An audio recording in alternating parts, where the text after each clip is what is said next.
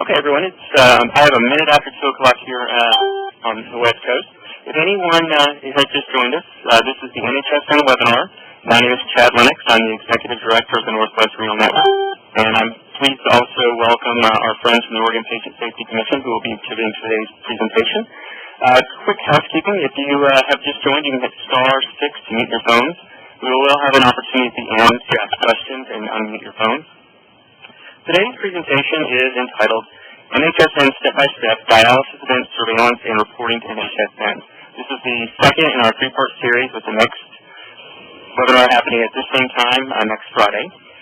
Today I have the pleasure to introduce Sarah Exuzian to you. She'll be providing today's information. She's with the Oregon Patient Safety Commission and has been there since October of 2011 as a data analyst for Quality Improvement Collaboratives. She's a background including women and children's research, managing quality initiatives in large healthcare organizations, and designing processes for subject-specific implementation. She also has a BS in psychology and an MA in conflict resolution from Portland State. With that, I want to turn over the presentation to Sarah. And again, if any of you have just joined, you can hit *6 to mute your line. Thank you. Hi everyone, welcome. This is Sarah. We're actually going to begin with Mary Post today, our collaborative chair, so I'm going to hand the mic over to her. Hi everybody, happy Friday afternoon. Thank you for joining us. I'm Mary Post. I am the not only our Oregon Dialysis Collaborative Chair, but I'm also the infection preventionist for the Oregon Patient Safety Commission. And today's webinar is building on last week's webinar. Last week, Sarah spent the presentation time really talking about getting started in NHSN, going ahead and obtaining your digital certificate, beginning the enrollment process. And at this point, for the second session, we're now going to be covering the actual dialysis event surveillance module and how you actually enter the data into NHSN.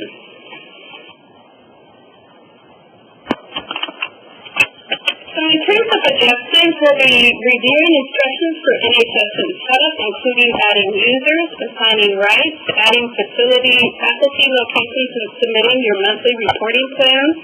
We'll be describing the dialysis event protocol. We'll be reviewing instructions for completing forms, and we will explain NHSN definitions and key terms. Provide examples of the reporting methodology.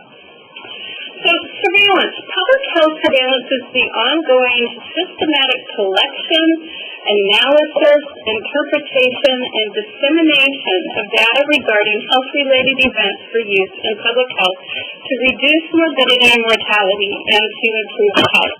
NHSN is really all about getting outcome data on, in this case, bloodstream infections in the dialysis patients in a standardized method.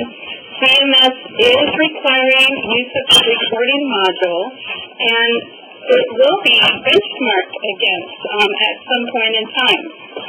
So again, this is good data that you can use to really improve your patient outcomes. So for the dialysis event module in the protocol, all of these tools are available online at the CDC website, but required reading is the actual event protocol that you see attached in this form or on this PowerPoint.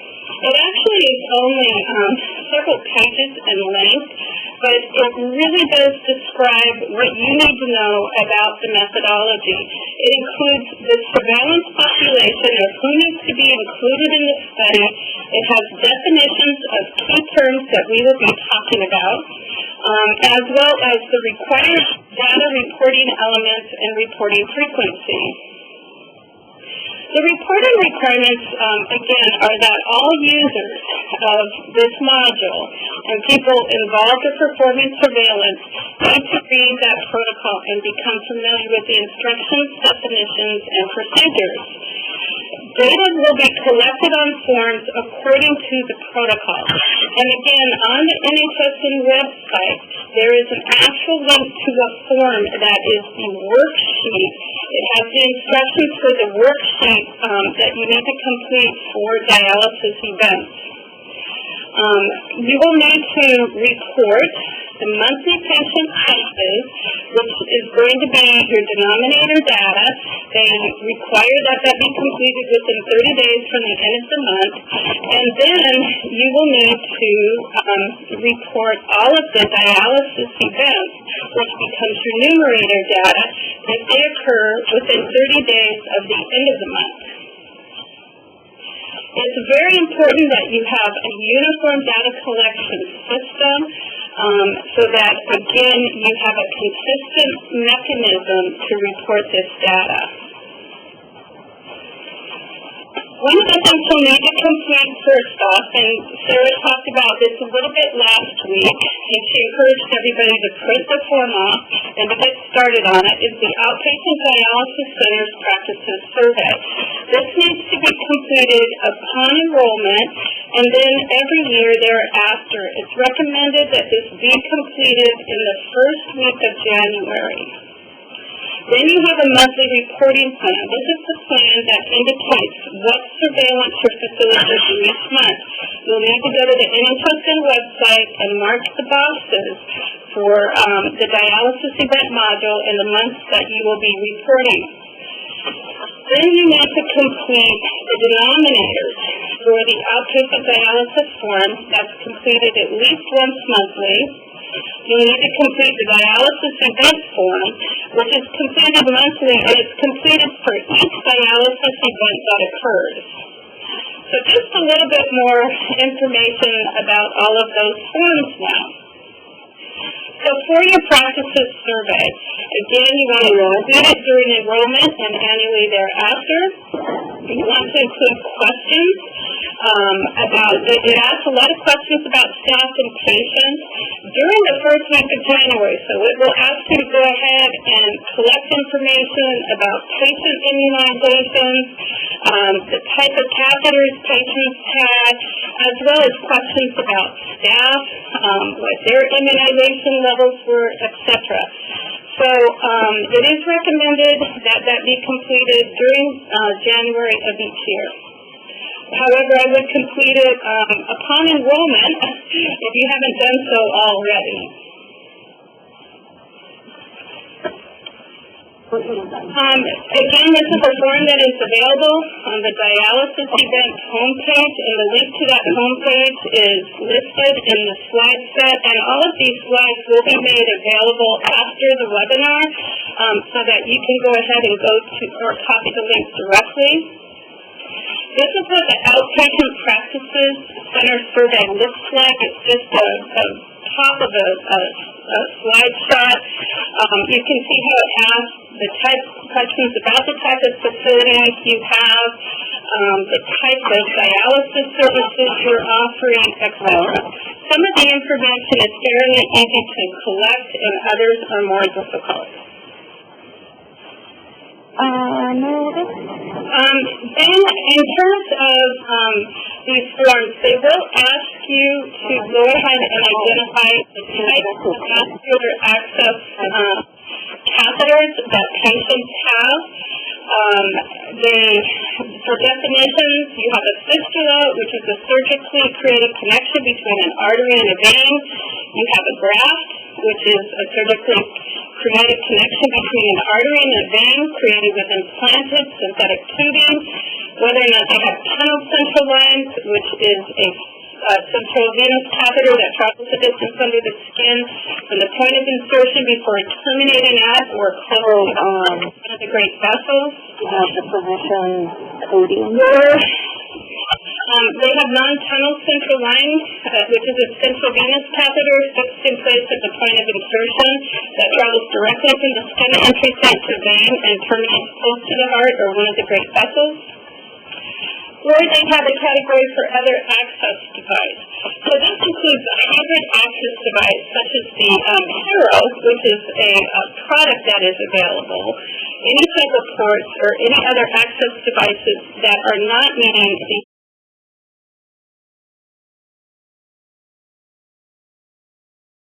the above definitions. They also will go ahead and will stratify the vascular access devices based on their risk of infection. So AV fistulas obviously have the lowest risk, followed by AV grafts, followed by other devices, tunnel central line catheters, and the highest risk are the non-tunnel central catheters. You'll be again asked to stratify and select the type of catheter with the highest risk when you do your denominator data. So again, you want to be reporting when you do your denominators for outpatient dialysis. You will report all the patients on maintenance hemodialysis outpatients who are treated at your facility on the first 2 working days of the month. And you want to ensure that the type of access device is stratified based on the risk. So you can see this does not include patients on PD, and it will include the patients who are transient patients who receive treatment at your facility. Count each patient only once. If they have more than one vascular access, count that patient under their highest infection risk access only. Consider all of the vascular accesses present, not just those being used for dialysis. So if you have a patient who has a AV fistula, but they also have a temporary central line, you would go ahead and you would count that central line even though they're not receiving dialysis through it. Additionally, if a patient is present on both working days, so in other words, they have a makeup appointment, do not count them twice, just count them once.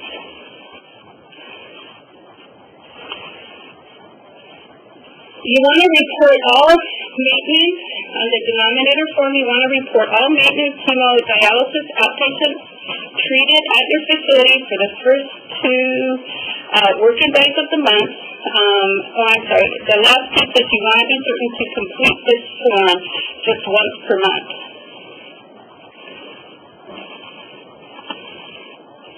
And this is what the form looks like, and again, this is going to be your denominator, completed on patients receiving treatment for the first 2 working days of the month. And then you'll go ahead and you will enter the data, and Sarah will go ahead and review what that data entry looks like, but you can see where you'll go ahead and we'll actually put down how many types of vascular access devices you have in each category. So now the next big section is your actual dialysis event. And this is really the bulk of the surveillance that you need to do. And you need to think about how you're going to communicate and identify these dialysis events within your facility. You will need to be recording all antimicrobial starts, and these are intravenous, not PO, just intravenous, and it should include antifungal agents as well. You're going to want to include any positive blood culture, and you're going to want to include any incident of pus, redness, or increased swelling at the vascular access site. Dialysis events that you can then calculate in the output menu or get data on is your local access site infection rate. You can develop an access-related bloodstream infection rate, and you can actually calculate your vascular access infection rate. So you then have a form, the dialysis event form, and any patient, whether they're transient patients or not, if they've received hemodialysis at your outpatient facility during the month, you will include them in your surveillance. And if they have antimicrobial start, positive blood cultures, etc., you will include them. And again, you complete a dialysis event form for each patient that has an event.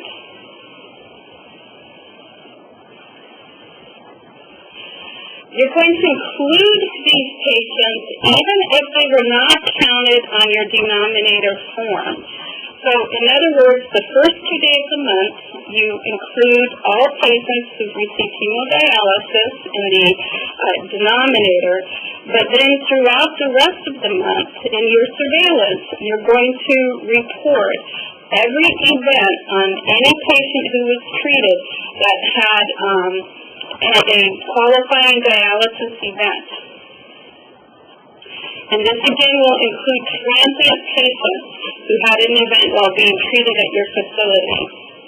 The dialysis event form looks like this. Again, it's on the website, and Sarah will spend more time talking about how you enter the data.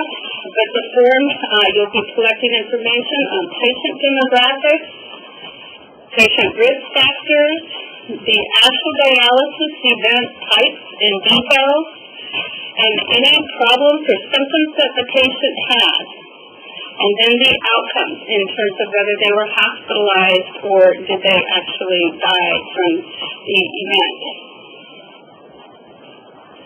And this is, again, just a little picture of what the form will look like when it's completed. So one of the challenging elements, which is again described in the protocol, is how you determine the actual dates of incidence. So for any patient who starts an IV antibiotic or any fungal agent, you want to list the date of the first outpatient administration on the form. And again, you're going to include all patients who start antibiotics, even if they started it and it was not felt to be related to a bloodstream infection. There's more information where you will indicate that it was not associated, it was started for another reason on the form. But you do want to report those events. You're also going to want to report all positive blood cultures. Even if they think it was a contaminant, there's a spot on the form where you indicate that. And you want to be certain that the date you list on the form is the actual date that the specimen was collected. And then you'll be reporting any pus, redness, or increased swelling at the vascular access site. The date you list is the date of the onset of the sign or symptom, the 3 different event types. If you don't have any dialysis events during the month, you will need to go back to the outpatient denominator form and mark. There's actually a box where you will mark that no dialysis events occurred. If you don't do this, word of warning, it will look like you did not report data that month, which means it will look like you're not necessarily compliant with the CMS reporting requirements. So don't forget to do this. Even if you've had no events, you need to go to this form and mark the event saying that.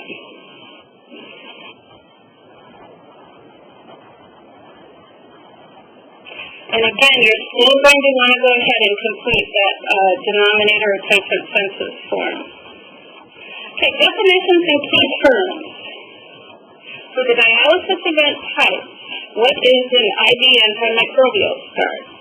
Again, you report any IV antimicrobial start, including antifungals, above and beyond just vancomycin. You're going to include starts that occur for any reason, for any duration. So in other words, if they just start it for 1 dose and stop, you still need to report that event.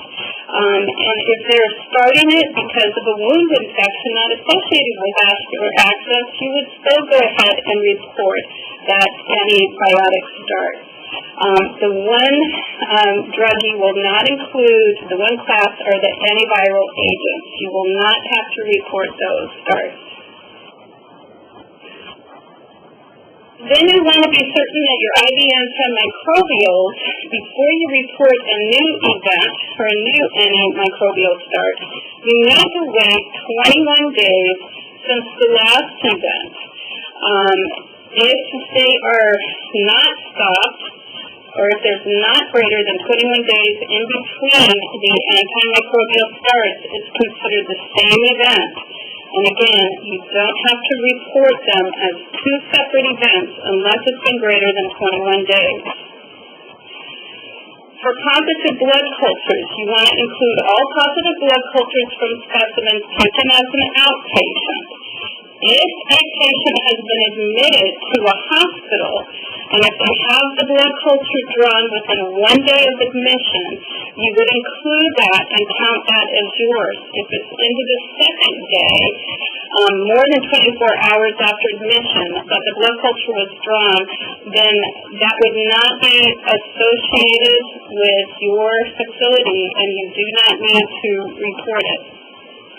Again, even if a patient does not receive treatment, if it's a positive blood culture, you will report that.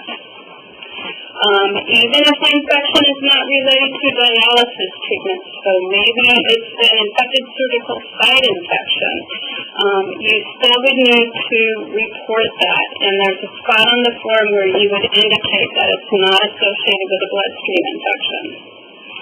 If you have more than one positive blood culture, they must be more than 21 days apart to be considered separate dialysis events.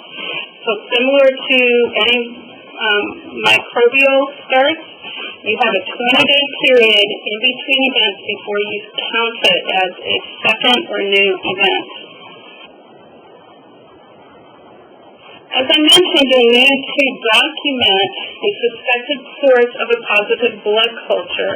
And this is where you may want to have a data collection tool that staff, your team members are utilizing to go ahead and record these events. And if they can indicate the suspected source, it will save you time in terms of your surveillance and follow-up. Then we'll get to choose, was it associated with the vascular access site? So if there is objective evidence of a vascular access infection and it's thought to be the source, you will go ahead and mark this box. If it's a source other than the vascular access, so in other words, if it's associated with a wound infection at another site on the leg, then you would go ahead and mark that it's associated with a site, with other than the vascular access site. You would use this if a culture from another site has the same organism as the blood, or again, if there's clinical evidence of infection at the other site, but the site is not cultured. If you think it's contaminated, in other words, it's just one colony of Staphylococcus epidermis, or if it's bacillus or some kind of an organism that they think is a contaminant, the physician, infection preventionist, or head RN would need to say that it is a contaminant, and then you would go ahead and mark the box that says contamination. If you're uncertain, if you don't know, there's not sufficient evidence or enough information, then you go ahead and mark uncertain. But I really encourage you not to fall back on this box. I really encourage you to spend a little bit of time trying to determine and see if you can, in fact, find out that it actually falls into one of the other three categories. You'll have more meaningful data that way. In terms of the positive blood cultures and the microorganisms, you'll need to look at the positive, the actual culture growth that is attached to the lab report with the sensitivity report.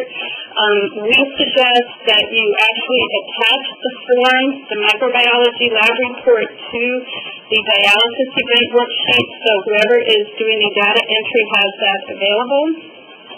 You can list up to 3 of the microorganisms in order of importance, and usually it's listed in order on the lab report.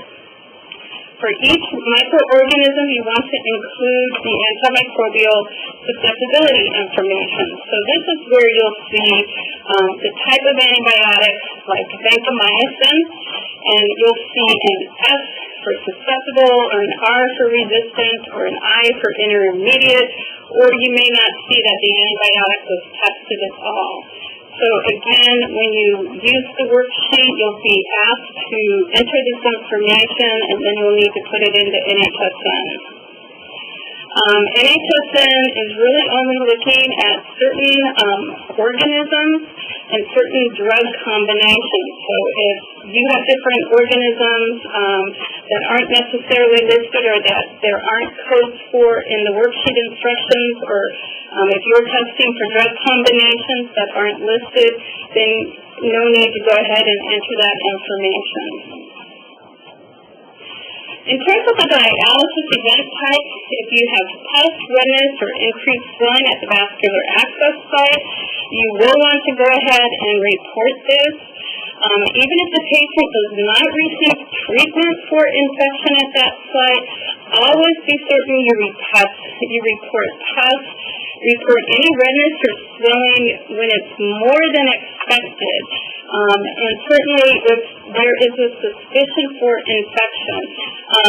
Obviously, a lot of astrocytes will get some redness, but when you really start getting the kind of that flaming redness is where you really want to be paying attention and reporting that event. Just like blood cultures and antibiotic starts, if there's been more than 21 days between the onset of the first and second episode, you would consider it a separate event. If it's been less than 21 days, you do not consider it a new event. And that, again, just is a reiteration of the 21-day rule that you will apply for all of the 3 types of dialysis events that you are required to report.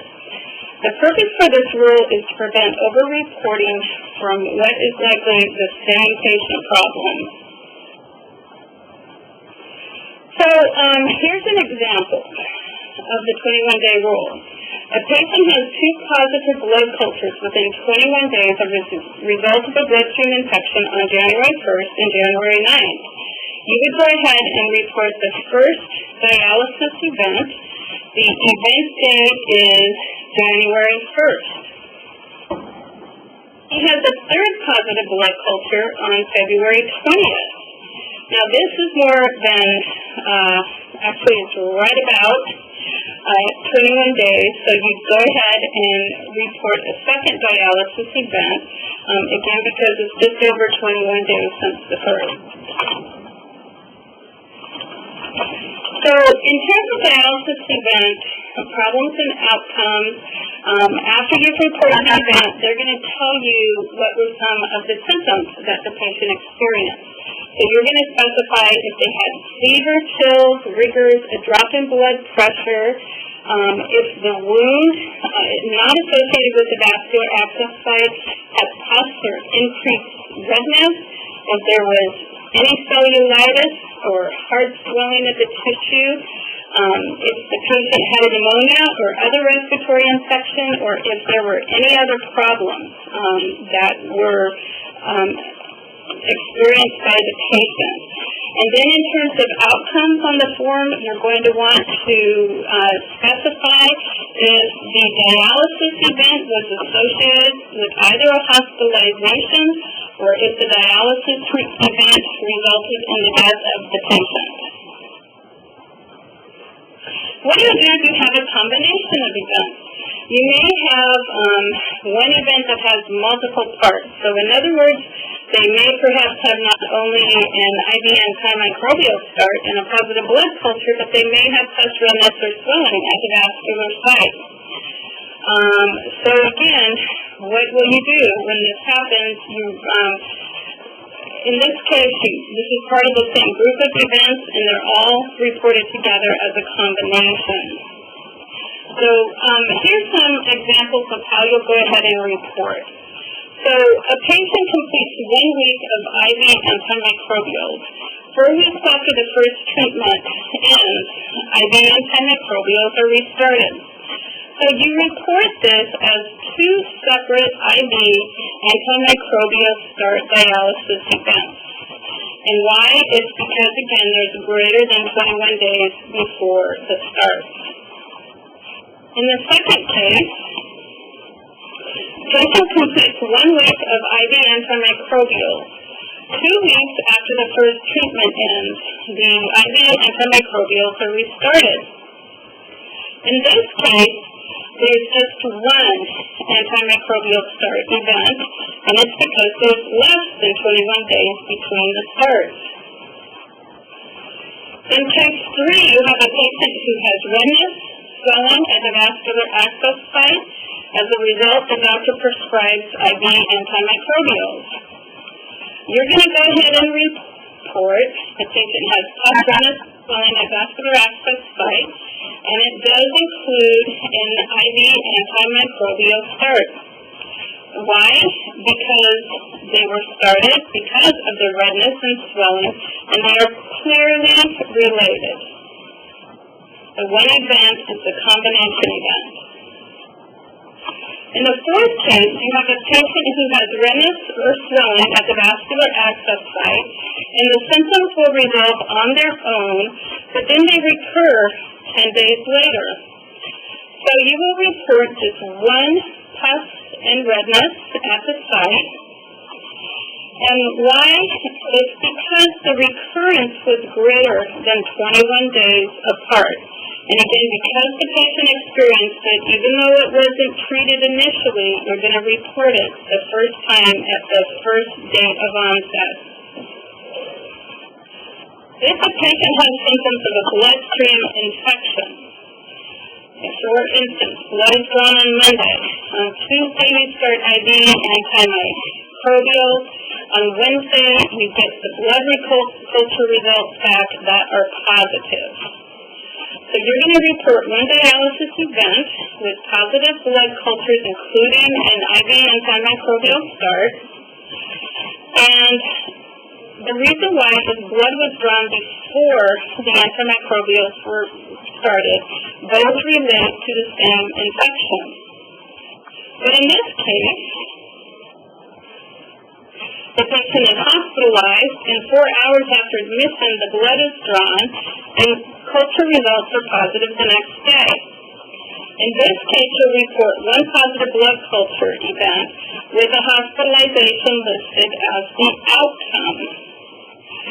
Your blood culture was drawn within a day of admission, so even if it was in the hospital again, within the first 24 hours of admission, it would fall and be attributed to your facility. Both the antibiotic start, both the blood culture as well as the infection are associated with the same infection. In case 7, a patient's vascular access site has pus, redness, and swelling. The blood culture grows Staph aureus. If you have, you're going to report the site infection with a positive blood culture, and in this case, you put that the suspected source of the positive blood culture is in fact the vascular access site. And again, it's because there is objective evidence of infection at that site. In case 8, the patient has a vascular access site, has pus, redness, and swelling. The blood culture is growing Staph aureus, and the patient has a visibly infected leg wound growing enterococcus. You're going to report in this case that the patient has pus, redness, or increased swelling at the site, plus a dialysis event with a positive blood culture, and you will report that this is a vascular access infection. And the reason is we've got objective evidence that there is that site infection.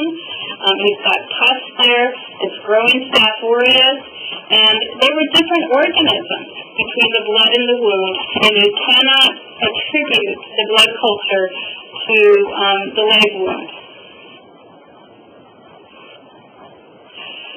In case 9, the patient's leg wound has pus, redness, and swelling. The vascular access site looks normal. The wound culture is Staph aureus, and the blood culture is Staph aureus. And this is a wound culture at the leg. So you will again report a positive blood culture, but in this case, you mark the box that says a source other than the vascular access site. And the reason is that you have evidence of the infection at a wound site without evidence at the vascular access site. Both the wound and the blood grow the same organism that was isolated from the leg wound, Staph aureus. In case 10, you have a patient who reports chills but no fever, has 2 blood cultures, there's 1 draw, 1 blood culture is coagulase negative Staph, and the patient's symptoms resolve, and the doctor does not treat the patient. You're going to go ahead and report a positive blood culture. But in this case, it would be better if the doctor tells you and it was a contaminant. In this case, because they didn't treat, they feel it's indicative again that this is a contaminant. And coagulase negative Staph can be a common skin contaminant of blood cultures. Again, why? In this case, only 1 of 2 blood cultures were positive.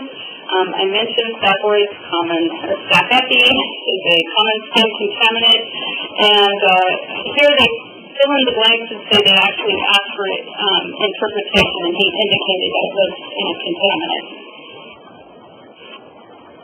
Okay, so now reporting some difficult dialysis events. You're going to want to go ahead and refer, if it's unclear to you, refer to the protocol and tables of instructions as a reference, and all of these are available on the NHSN website. If you're unsure how to report it, get the opinion of a physician, the infection preventionist, or a nurse manager. And then again, additional help is available through the NHSN help desk. They'd love to hear from you. In fact, they'll only take emails, and they will respond to you via email. And they will get back to you. Usually, if you don't hear within a couple days, usually they'll get back to you within a week. Okay, so now with this, I'm going to turn it over to Sarah, who will talk about now actually putting in the data into the NHSN on all those forms that I just mentioned. Hi everyone, happy Friday. I know this is a lot of information to take in, so hopefully we can all take a deep breath. I'm going to go into the technical aspect of actually entering all of this in. So again, these slides are going to be for your reference. We did the first webinar, and that shows you how to really get started and enroll. Mary talked about the methodology. Now what I'm going to talk about is how to transfer that into actually entering data. So when we're doing this process, really just use these slides. Refer to them as you go along. Keep them handy. It's a lot to remember. We've been mentioning websites a lot, so here they are. You'll see the website on the left is your NHSN website. That's where all of the instructions, tutorials, slide sets, everything you could possibly imagine is there. The data reporting website on the right-hand side, that's the portal. So this is assuming after you have received your digital certificate and downloaded, this is where you go to enter data. So you'll want to bookmark both of these. I like to have them handy right on my computer so I can go. Sometimes people get confused about the 2 of them, so just refer back to your slide set so you know. So also keeping in mind there's a lot of reiterations both through our slides here and on the website, just to kind of hone in on some things that are important. So often it seems that the information is quite dense. It's actually just reiteration. Again, you'll see here, complete your center practices survey. So please get started with that if you can. It will save you a lot of trouble. These are the points that I talked about in our very first webinar, and that's to send in the consent form. So we're assuming that after this is where we start with these 4 other points. So what I'm going to talk about is the actual setup. So how do you set up everything in order to enter your data? So unfortunately, you can't just go in and start entering. There's a few housekeeping things that you need to do. Luckily, it's a one-time thing, so that's really nice. So these are the things that you'll need to do. You'll need to enter your location so NHSN recognizes your facility. You'll add monthly reporting plans so it knows every month that you're reporting. You'll join the group, and I have information about that. And then you'll enter required data. So these things, again, are a one-time thing. This is just a reiteration about that wonderful PASPA survey. So go ahead and print it out. There's your website. Get started with it. So set your location. This is just for those of you familiar with systems that you're entering data into. Everything prompts another event to happen. So by putting in your location, it's prompting the system to allow you to set up to enter data for that. So this is what the screen looks like. A lot of you, I'm assuming, probably aren't in the system yet, but your blue side menu here on the left is where everything you'll want to do within this portal is going to be. So you'll see where it says under facilities, there's a little locations tab. So the very first thing you'll want to do once you get into your NHSN, after you've reported and put in all of your required forms, is enter your location. So you'll see here it'll have something like a code, label, a drop-down menu. So refer back to the slide set also on the website when you're doing this very part of it, because you're likely not to remember exactly what you need to do. So you can choose your own code and label. Basically, the code and label are going to be what you see every time you enter data. So you're going to choose that. It might be your facility name. They can both be the same if you want. Not necessarily something you need to keep like another password so you remember. It's just signifying it in the system. The location will be already there for you. It'll be outpatient hemodialysis clinic. The status will be, it should already be set to active, and then your bed size is the number of active stations. So pretty quick and easy. This step shouldn't take you very long at all. Then you're going into your monthly reporting plans. Again, these are all really quick steps. You'll see, let's see, I have an arrow there. That's where your reporting plan is. So again, that left side menu. And then you should be able to pick your facility ID from the drop-down menu. I have a test facility in there right now, but remember in that previous slide where it said you had to choose your location, this is what's going to come up here for you. So you can choose your month to begin reporting and your year. You can go ahead and do all months at one time if you like to. The important thing to note here, see where my arrows go, is that you want to choose dialysis under location, but then also be able to choose that DE. You'll see that's checked. So it knows this is a dialysis event. Once you save it, you'll be able to signify for that month. So also this no, where I have that arrow there, the no NHSN patient safety modules, the only reason you'd ever want to click that is if you're not doing surveillance for that month. It's really unlikely that you'll ever really be doing that. It's just saying to the system that there's no surveillance at all. So it would probably not be in compliance with CMS requirements, but it is an option there for you. Joining a group. So before I move on to this, so when you add your months, I'm just going to actually go back real quick because I told you can add everyone.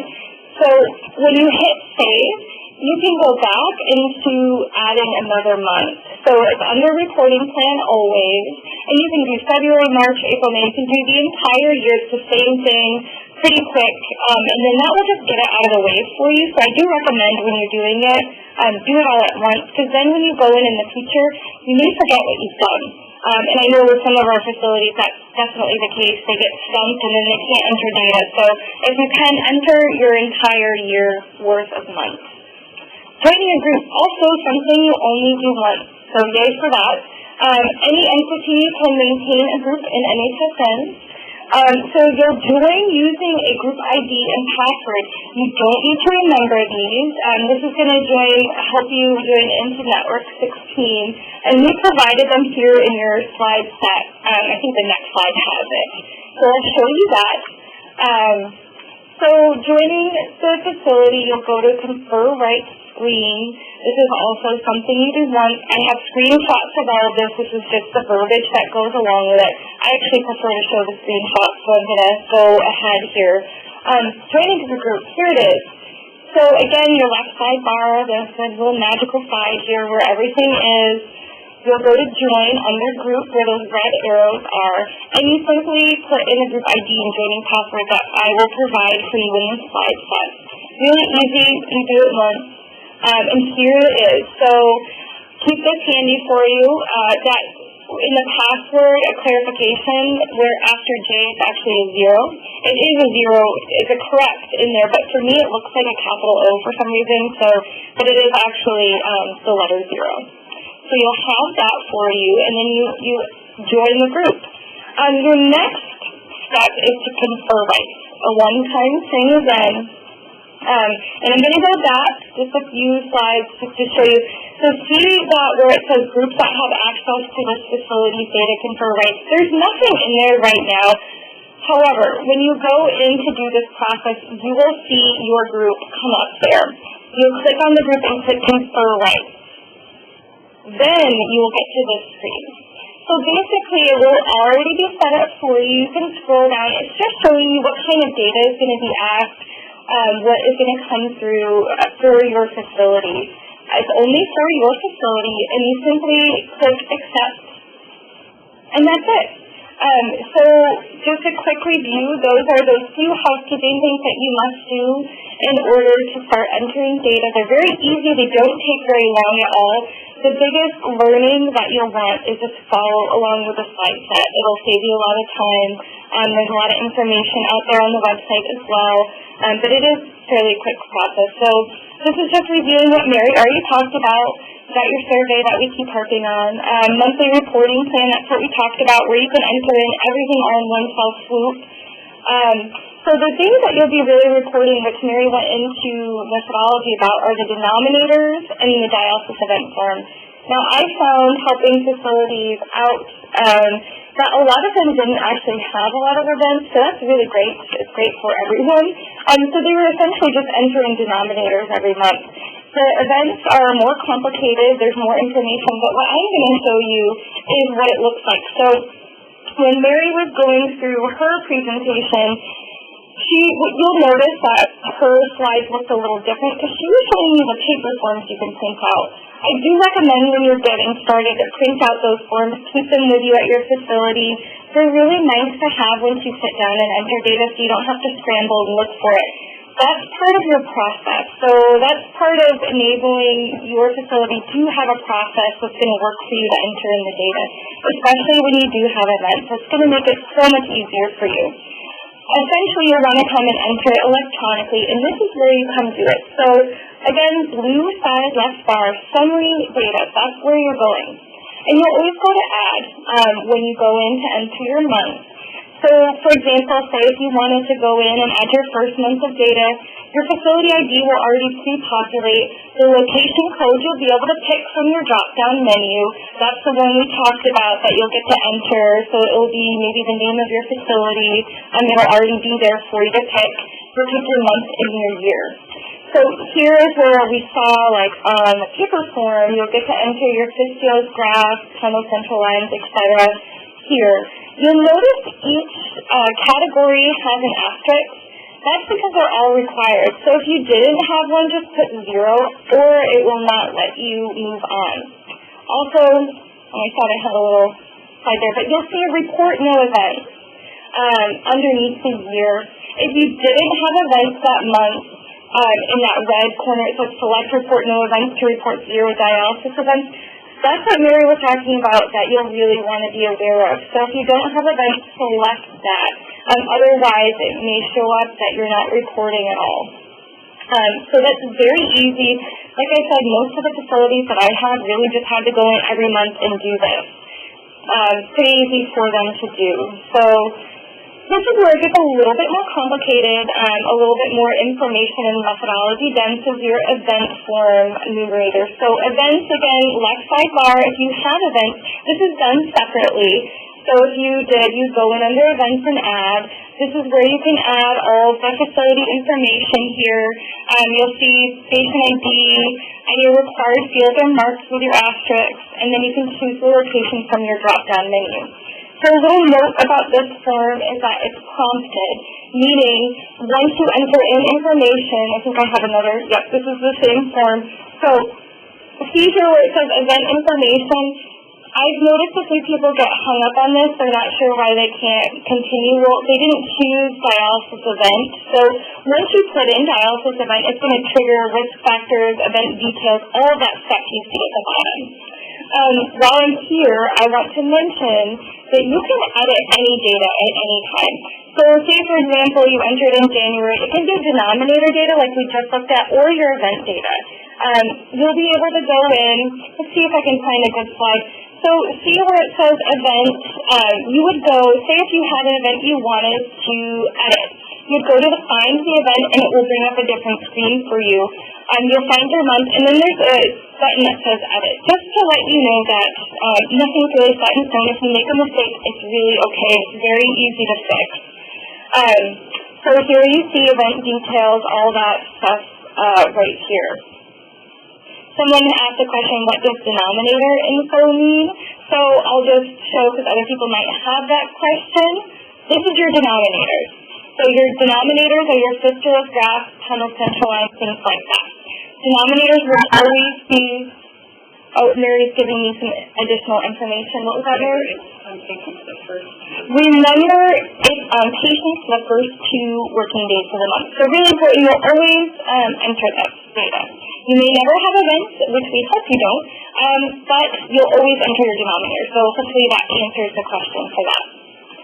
So continuing on, here's your dialysis form. So you can see this form will go in depth depending on what you have. You have options to enter your pathogens.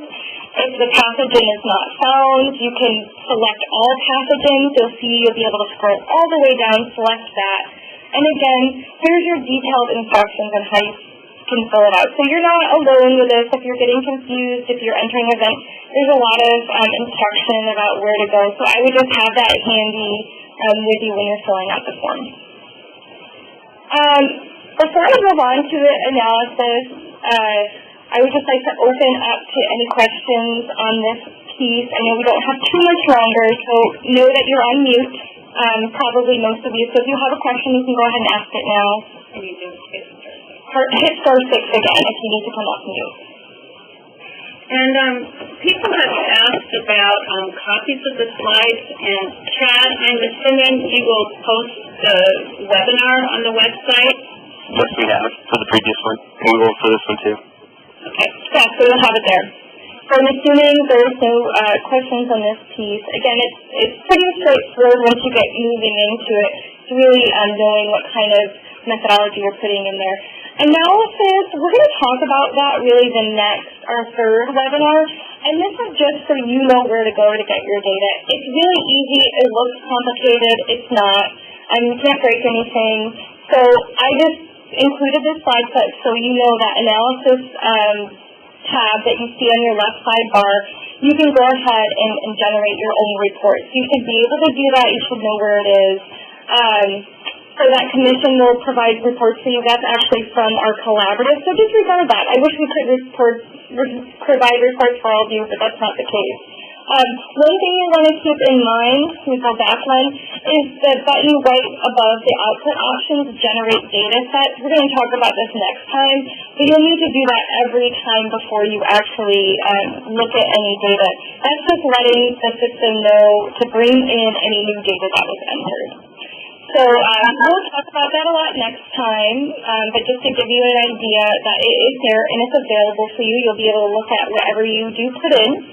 And this is a handy little sheet for you to have access to. We put this as a handout as well that everyone will have access to. So it's a quick kind of cheat sheet about what surveillance is this month. So that gives you a good idea of what you'll have to do.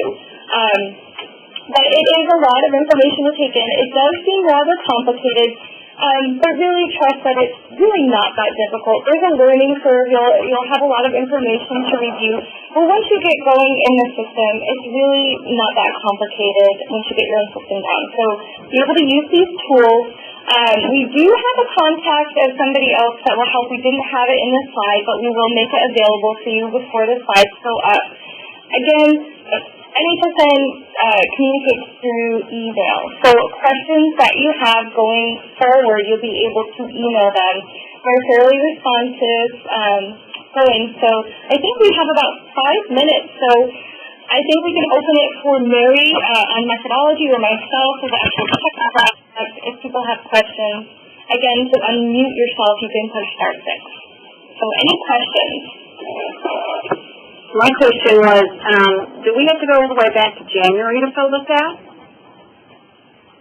I think that depends on your facility requirements. I'm going to let Mary answer that one. I think the CDC, because so many facilities are getting up now, I believe they are allowing you just to go ahead and start with like the current month. Oh, thank goodness. Yeah. Okay. We did with I think January is an example because that's what we did with our facilities. But if you're starting now, you'll enter June, but you can enter in 12 months at a time.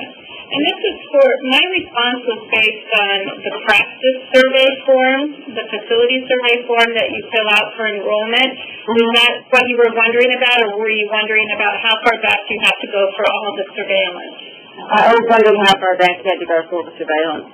Okay, for the surveillance. So CMS would like to have 3 months of data collected for 2012. Okay. So you do not need to collect surveillance data from January on.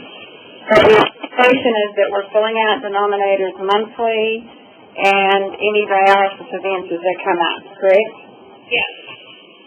And again, that would be for to meet the CMS requirements for 3 months this year. Now, you may have, depending on your facility and if it's associated with like an LDO, they maybe have made a different reporting requirement. But what I just shared with you, again, is the new CMS payment plan requirement.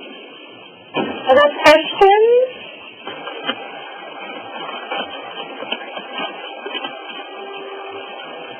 Doesn't sound like it. So our next webinar, next Friday from 2 to 3 here West Coast time, we will be talking and clarifying any questions that you have. It sounds like there might have been a question. Go ahead. Hi, I have a question about enrolling. Sure. I had tried to enroll last week, and I have asked for help from the NHSN help desk, but the problem I had is I entered the CMS certification number incorrectly. Okay. And now I can't get back in. I can't even get past I can't fix it. And I'm and I'm not an NHSN person per se. Okay. My sense is that you're going to have to wait for them to reset something for you. Okay. They may need to give you the go-ahead to either apply again, or I would wait for the response. Unfortunately, those things can be a little bit frustrating when the forms come into play. But I would wait to see what they say. They may need to kind of walk you through that process, especially if you're not able to get back in. We're probably setting it up as a security thing because sometimes people are applying for more than one digital certificate because they can't move on. So, yeah. Thank you. No problem. Do we have any other questions today? So just a reminder, if you want to attend next week's webinar, you will need to go back and register for that individual webinar. If you have any questions in the interim, please feel free to let us know, and we'll send out the slide information in the coming days. Thank you very much.